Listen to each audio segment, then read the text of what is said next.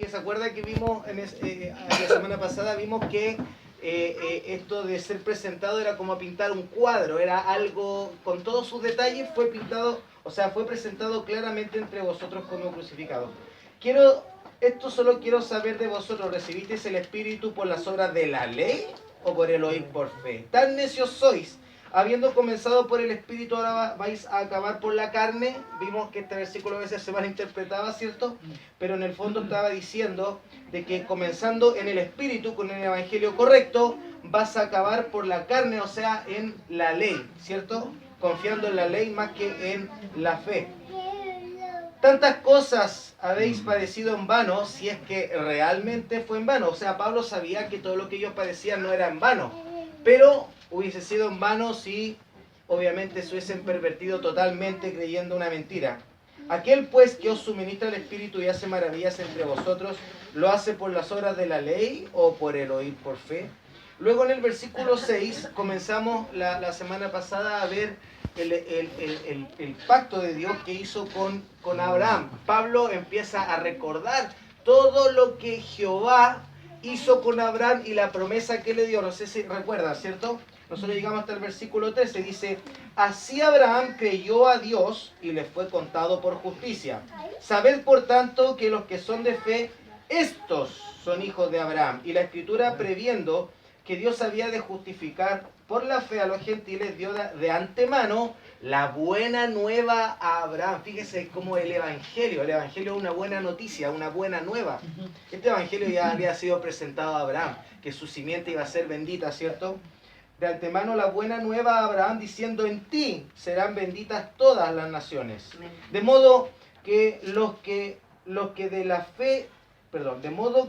fe son bendecidos con el creyente Abraham.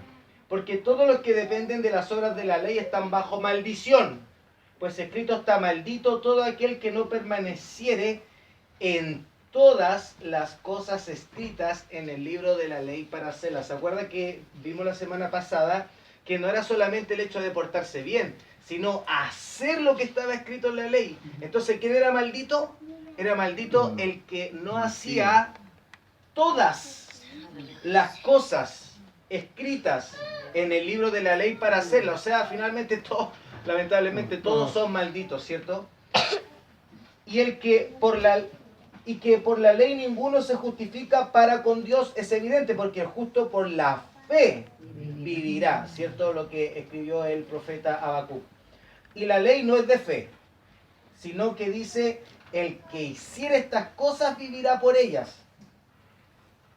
Cristo nos redimió de la maldición de la ley, hecho por nosotros maldición, porque escrito está, maldito todo es el que es colgado en un madero. Y aquí quedamos la semana pasada, yo le explicaba, recuerdan, le explicaba que cuando en Israel un hombre hacía un delito muy, muy malo, muy terrible, ¿cierto? ¿Qué tenían que hacer? Lo crucificaban, ¿cierto? ¿No? Lo apedreaban, perfecto. Y algunos, después de apedrarlo, lo colgaban en un madero. Pero como dice en Deuteronomio, no podía pasar la noche colgado en el madero. Solamente tenía que colgarlo para ejemplo a los demás, pero después tenía que ser enterrado porque si no la tierra era maldita, ¿cierto? Y eso fue lo que el Señor Jesucristo hizo por nosotros, hacerse maldición, ¿cierto? Ahí quedamos nosotros la semana pasada. Ahora, ¿para qué Cristo fue hecho maldición? Leamos el versículo 14. Dice, para que en Cristo Jesús la bendición de Abraham alcanzase a los gentiles, a fin de que por la fe recibiésemos la promesa del Espíritu. Para que en Cristo Jesús la bendición de Abraham alcanzase, Israel tuvo la ley por 1500 años, ¿ya? Por 1500 años y nunca alcanzó nada por medio de la ley. Nunca pudieron alcanzar nada por medio de la ley. Fue Pedro quien dijo eso mismo, ¿cierto? Usted recuerda que él hizo esa declaración en el Concilio de Jerusalén, que se menciona ya en el capítulo 15 del libro de los Hechos de los Apóstoles. Él dijo, Ahora pues, ¿por qué tentáis a Dios poniendo sobre la cerviz de los discípulos un yugo que ni nuestros padres ni nosotros hemos podido llevar? O sea, nadie puede imponer, ¿cierto?, la ley cuando ni siquiera ellos mismos la pudieron cumplir. Ahora, si ellos no podían cumplir con la ley, o sea, los israelitas, los judíos, no podían cumplir con la ley, entonces nosotros tampoco. Tampoco podemos cumplir la ley. Entonces, el versículo 15 dice, hermanos, hablo en términos humanos. Un pacto, aunque sea de hombre, fíjese lo que dice, aunque sea de hombre, una vez ratificado, nadie lo invalida ni le añade. ¿Ya? Por ejemplo, cuando uno hace un pacto en el matrimonio, el pacto en el matrimonio es indisoluble, a pesar que hoy en día existan leyes que digan que sí se puede disolver y que sí después queda nuevamente soltero y que se pueda volver a casar. Para Dios es un pacto y el pacto es indisoluble. Por ejemplo, también cuando alguien deja un testamento, si alguien deja un testamento y hereda a alguien, ese testamento no se puede invalidar. Lo dejaron así. Entonces, cuando Dios hizo este pacto con Abraham, dice, aunque sea de hombre, fíjese que dice que aunque sea de hombre, este pacto fue divino. Imagínese, Pablo dice, si es de hombre, es así. Imagínese si es divino. Aunque sea de hombre, una vez ratificado, nadie lo invalida ni le añade. 16. Ahora bien, a Abraham fueron hechas las promesas, o sea, este pacto, a Abraham, ¿cierto? ¿Y a quién? A su simiente. Y no dice a las simientes, como si hablase de muchos, sino como de uno. A tu simiente, la cual es Cristo. Y entendemos que esto es a través de la simiente de Ismael, ¿cierto? ¿Amén? No. Ah, hermana, no. Entonces no, ¿por qué no? Me dijo que no la hermana. ¿Usted qué cree, que sí o que no? Que no. Entonces, ¿cuál sería? ¿No sabe? Hermano Manuel, ¿cuál sería? No, otro, porque no tengo mucho tiempo. Hermano Roberto. Porque en Ismael no es la promesa. Es por Isaac. Recuerden que Abraham, su esposa le ayudó a adelantarse, ¿cierto?, a los planes de Dios y tuvo un hijo, Ismael, con la egipcia, pero la promesa era a través de Isaac. ¿Ya? No me quiero adelantar, voy a leer mejor. Dice, así es que Dios llamó a Abraham. Él iba a hacer que él fuese una bendición para el mundo. ¿Cómo le hizo él una bendición para el mundo? A través de Jesucristo. Él es quien ha traído la salvación a este mundo. En Isaac te será llamada descendencia. Y quiero agregar aquí un poquito, si usted va al Evangelio de Mateo y también al Evangelio de Lucas, ahí usted va a encontrar la genealogía de Jesucristo. ¿Ya? Yo me fui para allá y me puse a leer ambas genealogías, y ambas genealogías dice que es por José, hijo de José, o su padre José. No habla de María. Entonces yo decía, pero si yo sabía que una de las dos era la descendencia de María, porque llega hasta David, y después de David, en la genealogía se salta, o sea, después de David, ¿quién venía en la genealogía? ¿Quién? Salomón, ¿cierto? Pero en la otra genealogía, después de David, viene Natán, si no me equivoco. No, y ahí se separa la genealogía. Pero hay una explicación que a mí me quedó más o menos clara, que puede ser, porque algunos se toman de esto para decir que la Biblia es errónea. Parece que el pastor tiene más luz sobre esto, después él me va a contar a mí. Pero algunos se toman esto para decir, la Biblia es imperfecta porque la genealogía se pierde. Pero en el griego antiguamente no había una palabra que denominara yerno. Entonces cuando se dice que era padre de José, probablemente era padre de María, pero las mujeres no se les mencionaba en la escritura. Entonces muy probablemente los eruditos piensan de que el papá no era de José, era de María. Por eso es que hay dos descendencias. Pero de todas maneras sabemos que todas llegan a Abraham. Y una genealogía llega hasta Adán incluso. Pero sabemos que la descendencia a través de Abraham, Isaac, Jacob, los patriarcas, ¿cierto? Y la descendencia que llega hasta el Señor Jesucristo. ¿Mm? ¿Qué dice el número 17? Esto pues digo, el pacto previamente ratificado por Dios para con Cristo, la ley que vino 400 años después, la ley, hermanos, vino 400 años después de Abraham. O sea que la fe fue 400, ¿cuánto? 430 años antes Dios le dio la promesa de la fe y de la simiente. Y la ley fue 430 años después. Dice que no lo abroga para invalidar la promesa. O sea que la ley no iba a romper la promesa que Dios había hecho a Abraham. ¿Ya? Dice, esto pues digo, el pacto perdón, estoy leyendo de nuevo el versículo. Ahora sí, supongamos que usted hizo un contrato con otra persona. Usted se ha comprometido a pagarle 100.000 pesos, digamos. Usted luego dice, bueno, no creo que debo pagarle 100.000, le voy a pagar 50.000. Usted va y le dice, aquí tiene sus 50.000. Y el otro hombre le dice, un momento, no, nos pusimos de acuerdo que usted me pagaría 100.000. Usted dice, bueno, pero yo he cambiado eso. El otro hombre le dice, no, usted no puede hacer eso. El contrato ya ha sido hecho. Dios ha hecho una promesa a Abraham de que él lo iba a salvar por fe. Por eso Abraham es el padre de la fe. Y cuando llegó la ley, esto no anuló la promesa que Dios había hecho a Abraham. Número 18 dice, porque si la herencia es por la ley, ya no es por la promesa. Pero Dios la concedió a Abraham mediante la promesa. Lo importante que tenemos que notar aquí es lo siguiente. La promesa se hizo en cuanto a Cristo antes que llegara la ley. Y esa promesa es tan buena como si no se hubiera dado ley alguna. O sea, la promesa de la fe no dependía de la ley. Si daba o no Dios la ley posteriormente no dependía de eso. Algo totalmente distinto, ¿ya? Fue hecha sin consideración a la ley. Tenemos ahora aquí una pregunta que salta a la vista entonces.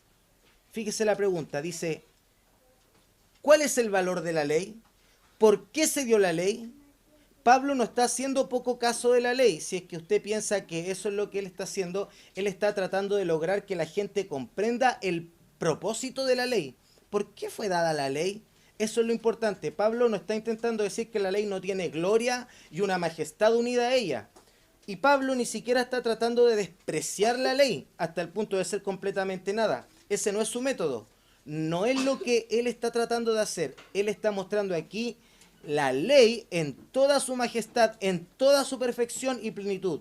Pero él muestra que esa misma perfección que revela la ley es la razón por la cual crea un obstáculo que ni usted ni yo podemos sobrepasar para ser aceptados por Dios. Entonces, la pregunta, ¿para qué sirve la ley? Comencemos el versículo 19, donde ahí salta obviamente y empieza a explicar luego de haber hablado de el patriarca Abraham. Dice el 19, entonces, ¿para qué sirve la ley? Y acá está la respuesta de Pablo. Dice, fue añadida a causa de las transgresiones. Hermanos, cuando Abraham estaba, yo hace poco me enteré que ya existía el código de Hammurabi. El código de Hammurabi es muy antiguo, yo lo estudié en el colegio en algún momento, todavía me acuerdo de ese nombre. El código de Hammurabi, donde hombres habían hecho leyes para poder vivir. Pero aquí la ley la dio Dios al pueblo, Dios directamente, no un hombre. Entonces dice que fue añadida a causa de las transgresiones hasta que, imagínense, dice, hasta que viniese la simiente, o sea, Cristo, hasta que viniese la simiente, a quien fue hecha la promesa y fue ordenada por medio de ángeles en mano de un mediador. Usted ha notado la pregunta que se hizo al principio, ¿para qué sirve la ley? Él nos está diciendo aquí, ¿cuál es el propósito de la ley? Bueno, él dice que fue añadida, es algo que fue añadida a causa de las transgresiones, hasta que viniese la simiente. Esa pequeña palabra hasta, que habla del tiempo, es algo muy importante. Quiere decir que la ley era algo temporal. El pueblo necesitaba una guía, una dirección, y la simiente, Cristo todavía no iba a ser revelado, faltaban muchos años. Entonces la ley fue dada como algo temporal a causa de las transgresiones. La ley fue dada simplemente por un intervalo de tiempo entre Moisés hasta el tiempo de Cristo. La ley fue dada por Moisés, pero la gracia y la verdad vino por el Señor Jesucristo, nos dice Juan. Hasta que viniese la simiente, como usted puede darse cuenta, era algo en realidad temporal. Y es muy importante que nosotros nos demos cuenta de eso aquí. Es una medida temporal, lo que mejor se puede decir, ya que en el versículo 20 él sigue diciendo, y el mediador no lo es de uno, pero Dios es uno. Ahora, la ley fue dada, fue añadida, se nos dice a causa de las transgresiones, se dio para revelar, no para quitar el pecado. A pesar que el pueblo igual tenía que hacer sus expiaciones, nunca con las expiaciones iba a poder ellos borrar todo su pecado. Era algo temporal, y las expiaciones que se hacían era por lo que venía por Cristo, era una muestra de que de esa forma Cristo un día iba a dar su vida por todos los pecados, no ya por ciertos pecados específicamente. No fue dada para mantener el hombre aparte del pecado, porque en realidad el pecado ya estaba aquí. Era para demostrar al hombre mismo que él era un pecador natural, perverso ante Dios.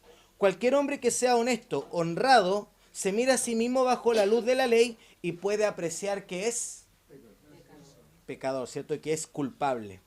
No fue dada como una norma por la cual usted y yo podamos llegar a ser santos.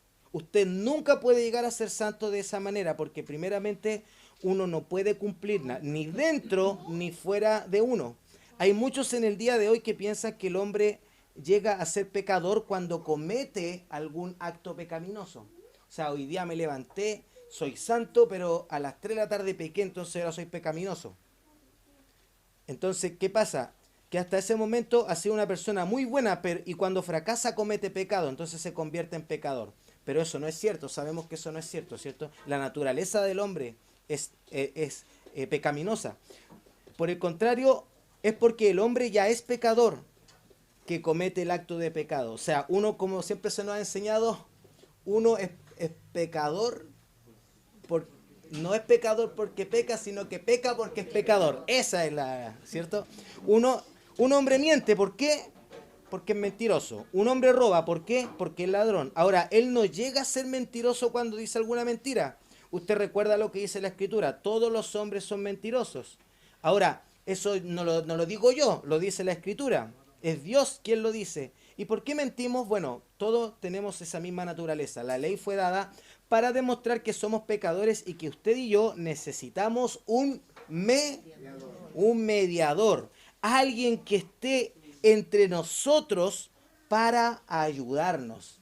¿Ya? Ese es, digamos, lo maravilloso del Evangelio. Todo lo que Cristo hizo por nosotros no es que, bueno, Cristo murió por mis pecados en la cruz, son tantas cosas, hermano, siendo el mediador, nuestro abogado, bueno, muchas cosas más. Versículo 21, luego la ley es contraria a las promesas de Dios. Permiso.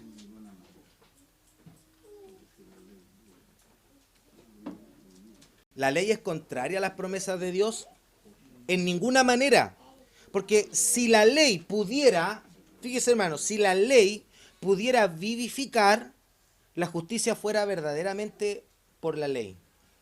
Si hubiera existido otra forma para salvar a los pecadores, quizás Dios la habría utilizado, ¿cierto? A lo mejor hubiese utilizado la ley para salvar a los hombres, pero esa no era la manera y todos ya lo podemos ir entendiendo.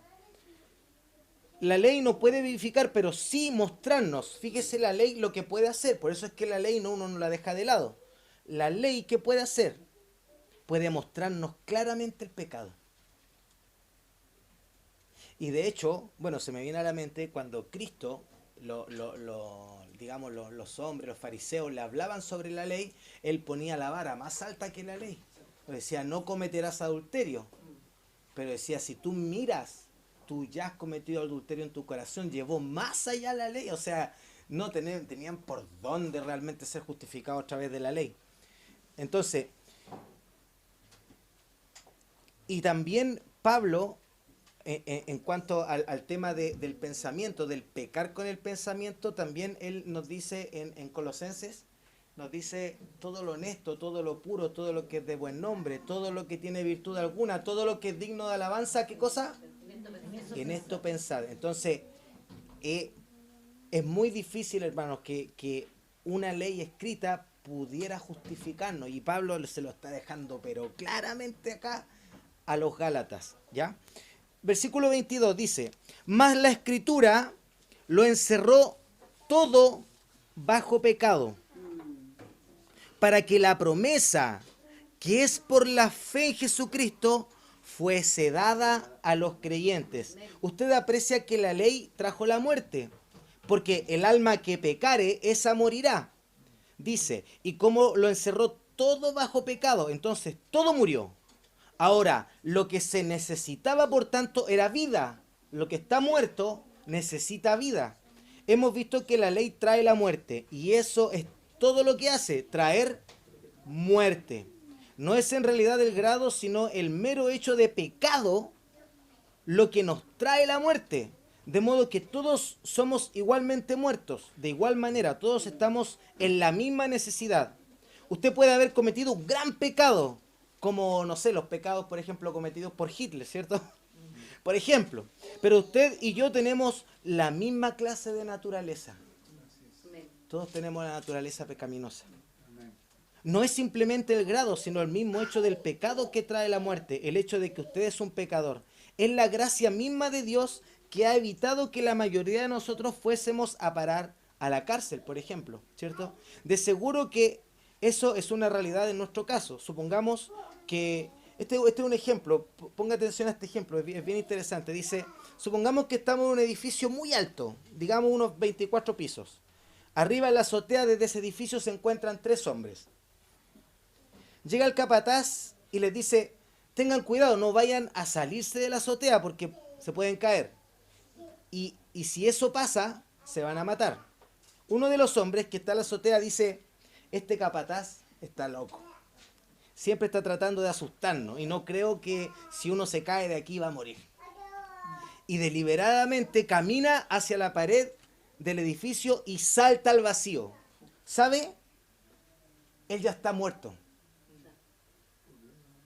Puede ser que al pasar por yo recuerdo que lo escuché en algún momento, no sé, hace unos años atrás, no sé si por Pastor Luis u otro pastor, pero dice que puede ser que al pasar por el 10º piso, cuando alguien lo ve por la ventana, le pueda decir, ¿cómo van las cosas? Lo que el hombre contesta, hasta ahora todo bien, ¿cierto?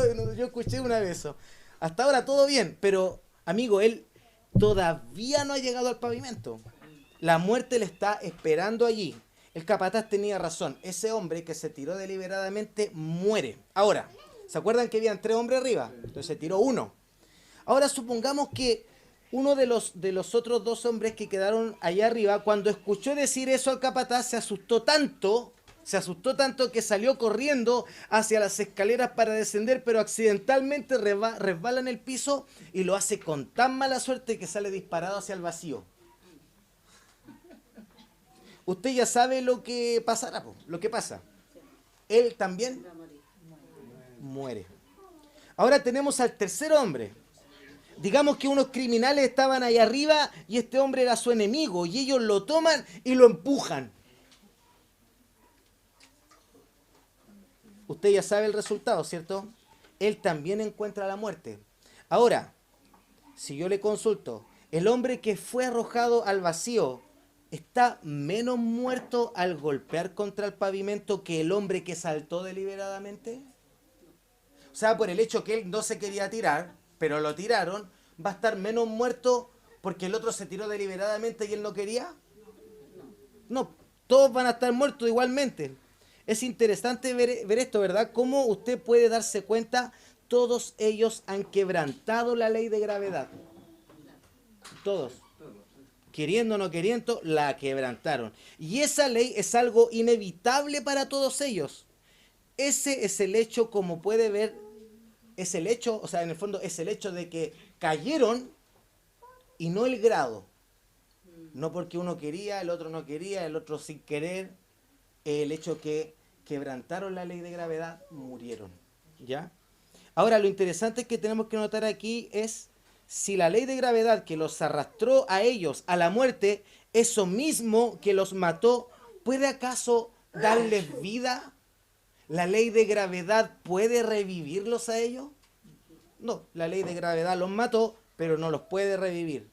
No les puede dar vida. La ley no le puede dar vida a usted, como tampoco puede recibir vida de la ley natural después de que ha caído al vacío y ha hallado muerte. Usted no puede retroceder este proceso y llegar al edificio como a veces uno puede ver que se hace en una película, ¿cierto? En la película a veces retroceden el tiempo, se van hacia atrás, todavía no me pasa. Pero no, en la vida real eso no sucede.